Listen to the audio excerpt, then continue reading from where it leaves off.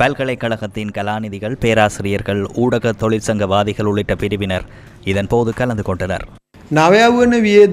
இப்போதுள்ள புதிய தலைமுறையினர் தொடர்பான வெளிக்கொணரப்பட்ட விடயத்தின் அடிப்படையில் அவர்கள் வளர்ச்சியில் பின்னடைந்துள்ளனர். விசேடமாக சமூக ஊடக பாவனை தொடர்பில் பிரான்ஸ், ஆஸ்திரேலியா, கனடா, இங்கிலாந்து போன்ற நாடுகளில் முதலாவது தீர்மானத்தை எடுத்து கலந்துரையாடுகின்றனர். அமெரிக்காவும் செயற்படுத்துவதற்கு தயாராக உள்ளது.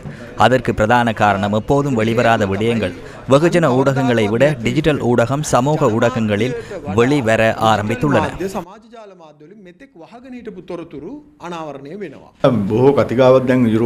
ஊடகங்களை ஒழுங்குபடுத்துவதற்கான தேவைகள் தொடர்பிலும் ஐரோப்பாவிலும் உலகத்தின் பல்வேறு நாடுகளிலும் வெளிக்கொணரப்பட்டுள்ளன. இருப்பினும் நமது நாட்டில் பல காலங்களாக கலந்துரையாடப்பட்டாலும் இன்னமும் உறுதியான தெளிவான வேலை திட்டத்திற்கு வரவில்லை.